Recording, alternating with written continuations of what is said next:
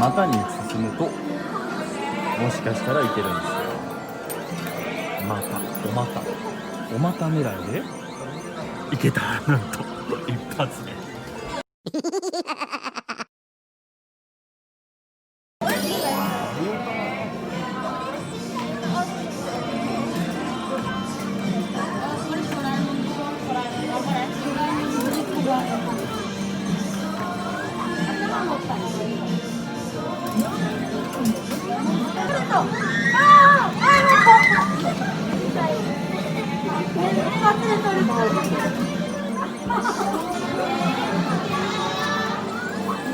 こう変えて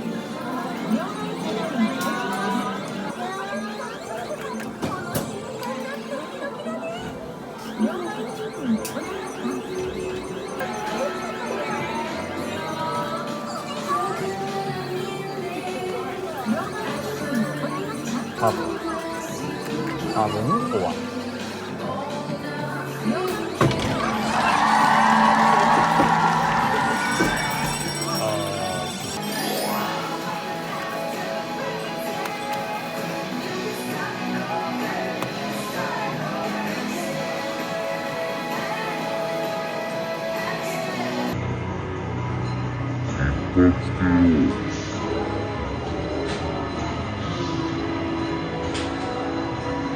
イエス、そうだね。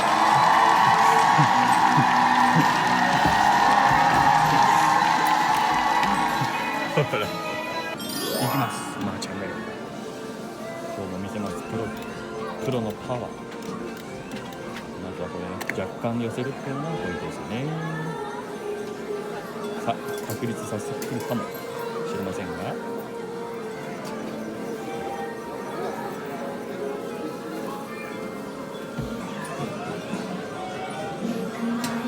来い。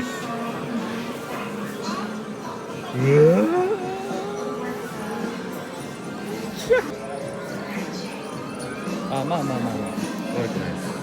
これであれば。まあ左手だけね、できるだけそう厳しいっす。